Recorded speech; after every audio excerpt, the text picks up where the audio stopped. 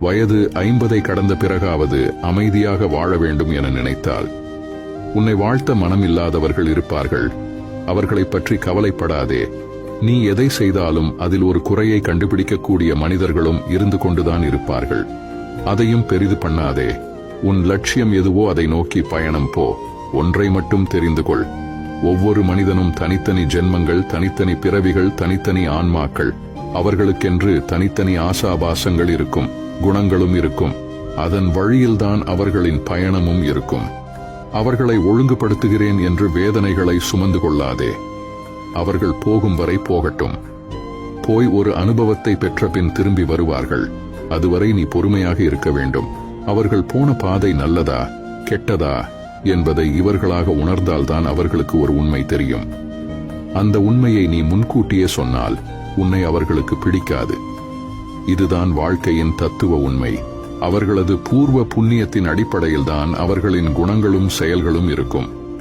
அது உடன் பிறந்தவர்களாக இருந்தாலும், நண்பர்களாக இருந்தாலும், கணவன் மனைவியாக இருந்தாலும், பெற்ற குழந்தைகளாக இருந்தாலும், பேரன் பேத்திகளாக இருந்தாலும், எந்த உறவுகளாக இருந்தாலும், அவர்களது பிறவி குணம் ஒருபோதும் மாறாது. எதை செய்ய வந்தார்களோ அதை செய்வதுதானே அவர்களின் விதி. இதை நீ மாற்றி அமைக்க முடியுமா? ஒதுங்கி நின்று வேடிக்கை பார். பந்த பாசத்தில் உள்ளே விழுந்து அறிவுரை சொல்லுகிறேன் என்று கெட்ட பெயரை சம்பாதித்துக் கொண்டிருக்காதே. அவர்களுக்கு அனுபவம்தான் குரு.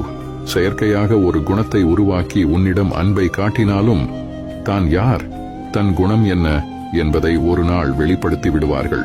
எதையும் ஏற்றுக்கொள்ளும் பக்குவத்தோடு இருந்து கொள்ள பழகிக்கொள். நாம் வந்து போகும் உலகத்தில் பிறந்திருக்கிறோம். அவரவர்களுக்கு என்ன வேஷம் கொடுக்கப்பட்டிருக்கிறதோ அதைத்தான் செய்து கொண்டிருக்கிறோம். எல்லையில்லாத அன்பை வைத்திருந்தேன், என்னை ஏமாற்றி விட்டார்கள் என்று புலம்பிக் கொண்டிருக்காதே. கடலுக்கும் ஒரு எல்லை வைத்திருக்கிறான் கடவுள். நீ உன்னை எப்படி வைத்துக் கொள்ள வேண்டும் என்று நினைக்கிறாயோ அப்படி வைத்துக் கொண்டு வாழ பழகிக்கொள். அதில் நன்மை வந்தாலும் தீமை வந்தாலும் உனக்கும் ஒரு அனுபவம் கிடைக்கும். அதை வைத்து உன்னையும் திருத்திக் கொள்ளலாம். இன்பமானாலும் துன்பமானாலும் அதை நீயே சந்திக்க கற்றுக்கொள். அதை பகிர்ந்து கொள்வதற்கு ஒரு துணையை தேடாதே.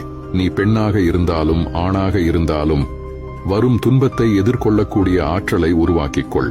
மனிதன் மீது வைக்கும் நம்பிக்கையை விட இறைவன் மீது வைக்கும் நம்பிக்கையை அதிகரித்துக்கொள். உன் கண்ணீரும் உன் கவலையும் உன்னை பலவீனமாக காட்டிவிடும். அழுவதாலும் சோர்ந்து போவதாலும் ஒன்றும் நடக்கப் போவதில்லை. எப்படி இருந்தாலும் நீதான் அந்த சுமையை சுமந்து ஆக வேண்டும். அழுது சுமப்பதை காட்டிலும் ஏற்று சுமப்பது உனக்கு சிரமம் இல்லாமல் இருக்கும். தைரியமும் தன்னம்பிக்கையும் தான் ஒரு மனிதனை உலகத்தில் வாழ வைக்கும் என்ற உண்மையை உணர்ந்து கொள். இந்த பக்குவத்தை அடைந்துவிட்டால் எத்துன்பமும் உன்னை நெருங்காது என்பதை உணர்ந்து கொள்.